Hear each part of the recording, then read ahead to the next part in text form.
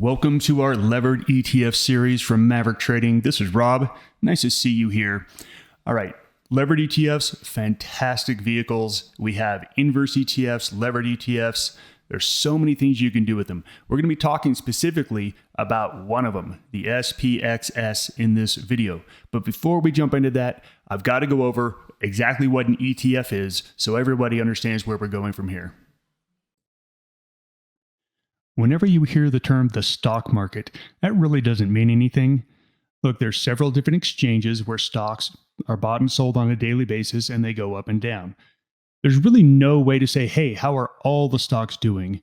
And so they created these things called indexes that you could actually track what the market was doing, like the Dow Jones Industrial Average, the Standard & Poor's 500, the Russell 2000.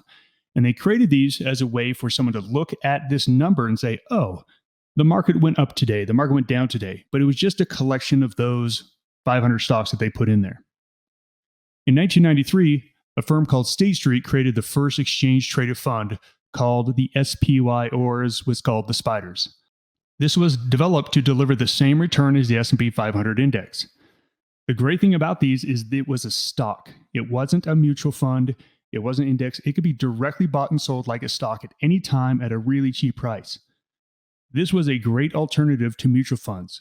Before ETFs, if you wanted to get the same return as the market, you had to pay a company probably somewhere around 0.5% or 1% to run the money to try to get you the same return. Now it's as easy as just buying SPY. And these have options, which is awesome. We're an options trading firm at Maverick, so we absolutely love options on these ETFs. The first ETFs were so popular that they started to make new products. And one of the first ones they made was an inverse ETF. Now, an inverse ETF is designed to give you the opposite return of a benchmark. So right here we have the SH in a chart, and the SH is the inverse of the S&P 500, of the SPY. Now, if the SH is going up, that means that the market is going down. If the SH is going down, it means the market is going up. It's inverse. And then they've created leveraged on top of that. So now we have leveraged inverse ETFs that we can use. And we use them to finally hedge in your IRAs. This is one of the best usage of these. You are not allowed to short in your IRA. Before that, you really didn't have any choice of what to do when you thought the market was crashing other than to hold on or to sell. And that's a really tough decision. Now you can simply go in and buy these. You're allowed to buy them in your IRA and you can hedge out your portfolio. We'll cover that here in just a bit. We can see here as they start to move that when one goes up, the other goes down. Now the SPXX is doing it 3 times bigger than the SPY, but because of the scaling, they look identical when you put them side to side. It's exactly what they're designed to do. Let's talk about how and when to trade these things safely. Now, on face value, they just look like a stock. Hey, it's a symbol, I can trade them. Well, there's a lot that you do need to know about these products because they do have some risks and we really need to talk about them. Now, one of the best uses for these is just a simple day trade or a swing trade lasting from maybe 2 days to 10 days. After that, you start to get some really negative effects off this from what's called the return differential. But before we look at that, let's take a look at a potential trade that someone could make here on a day trade of the SPXS. Let's take a look at using the SPXS as a short-term trading vehicle. Now I've got this on a 1-hour chart here, and this is going to be a day trade, meaning that we're going to get in and out within the same day. So we've seen this 5-wave pattern to the upside, and we assume that after a 5-wave pattern, we're likely to see an ABC correction. So you can see we've broken below moving averages. Everything looks pretty less bullish right here. And at this point, we're assuming it's going to bounce up and then make another low before it starts its uptrend again, which again, remember, this is the inverse. So that means that during this period of time, the market is bouncing. And we're waiting for that market to bounce and then fall apart. And that's when we want to get into the trade. So it's not quite there yet. Let's see what happens. Okay, so there we go. We just got a confirmation there, so we can go ahead and label this as our B move. We have no idea how far we're going to go down here. Let's see if we go down any more. Okay, and you can see pretty clear here that that was it. That was our wave pattern to the downside. Now, it doesn't mean that we can just jump in and buy here. There is no expectation that this is going to be a strong uptrend other than our hopes and dreams. We have to wait for confirmation. This for me right here, if we can break above this last high, that's going to be the entry point. We'll see if we can get to that point. Remember, the market doesn't have to do what we think it's going to do. All right, so there we go. Entry point, let's call it 1953. That's going to be our entry point for the buy. And of course, every order has to have a stop order. Where are we going to get out if we're wrong? I really like to use moving averages. I wish this 20-period moving average was a little bit tighter, so I'm going to be looking to use the 50. We're going to be down below the 50-period moving average here for a stop. Let's see what happens. All right, it continues to move up. And you know what? We got a little gap there, which means that was the next day. And this was a Friday, April 22nd. You can see the next day is Monday. So this would be our exit point. Since it was a day trade, meaning we're not going to hold any longer than one day. So our exit point is right around 2070. So that's about $1.20 on the trade. That's a really nice trade when you take a look at percentage. As you can see, they're just great trading vehicles for short-term trading. It's very simple, it's very clean, it's very easy. But let's talk about the risks. The return differential. Now, the 1X ETFs, like the spiders, the SPY, the company that manages that, whenever people buy and sell the market, they actually are going in and buying and selling real shares. They own all the shares of the 500 stocks in the right ratios that they need. And so when the markets go up or down, you get a really close return to the actual benchmark. The levered ETFs, however, they don't use stock. They use options, they use futures, they use derivatives. And the company that runs those, they're trying to match as closely as they can to the SPY. And sometimes they get it right and sometimes they don't.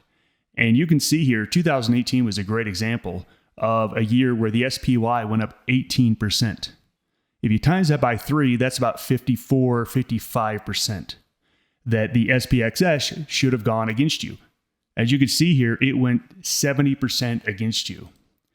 Here is the side-by-side here of on the left, you've got the SPY. On the right, you got the SPXX. And if you compare them, you can see that there's some years where there's a big differential. So take 2020, 15% differential. Look at 2011, 26%. The S&P went up 2%. So you think, oh, my ETF should have gone down 6%. No, it went down 32%. This differential can be quite large, and the longer you hold on to these, the more this differential is going to hurt you.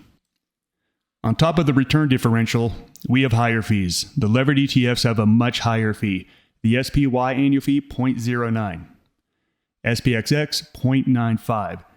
Every time you're clicking buttons and you're getting into these, you're going to be paying some of these fees. And so it's just more expensive to trade these. And to come to the saddest thing, there really is no benefit of using options on SPXS. There's no benefit to it because everything is adjusted for volatility in the options market. And so if you wanted to buy calls on the SPXS, that's the same thing as buying puts on the SPY. They're going to be 3 times more expensive, and so you aren't going to get any benefit of the 3x return. It's really quite sad. We do love these as intraday or swing trades, just the straight stock, just to buy the stock, sell the stock. Let's talk about the options trading. You still can do options trading, but you really want to do it on the SPY. It's going to be much better, much tighter spreads, much better volume. Everything's better over there. They're going to have weeklies and intra-weekly options that you can choose from, where the levered ETFs are likely only going to have monthly options. But let's just take an example here of the trade we looked at. Instead of buying the stock, someone could have bought a long call. Absolutely, they could have bought a long call, made a nice return. They could have done a bull call spread, made a nice return. There's a lot of things you can do with options, but again, we recommend you do all of your options trading on the SPY itself. And last, hedging. In my opinion, this is the best way to use these inverse levered ETFs to basically protect your existing stock portfolio. And if you're an options trader, to do some delta hedging to reduce exposure as well. It's a really clean, simple, easy way to do hedging. Let's take a look at how it works. Here is the best way to use these levered ETFs. So let's say that you already have a portfolio of stocks. You have stocks that are very similar to the S&P 500, diversified across the board. And so you own $100,000 of these stocks. And the market turns down, the economy gets worse. You see clearly things are going to keep going. Before inverse ETFs, you had no choice other than to hold or to sell. Well, now we can make a totally different decision. We can actually go in and hedge this out. So what we do over here on the other side is we simply go out and buy a third of the value of the 3 times levered inverse ETF. So 33,000 of the SPXX. At this point, this portfolio is pretty much fully hedged. If the markets drop, so let's say the S&P 500 drops 10%, that's going to hurt your S&P-like stocks, probably about 10%. However, your long on the other side is going to go up the exact same amount. You're going to see no loss at all in your portfolio. Now, look, I shouldn't say no loss because depending on what you own, it's not going to be exactly the same return as the SPY. And also with the return differential, it's not going to be exactly as well. But you can see here, you can protect a lot of your money in bear markets. As you can see, the SPXS is just a great vehicle for hedging and for trading. But let's talk about the risks. There are a lot of risks. First of all, that return differential is no joke. It's no joke.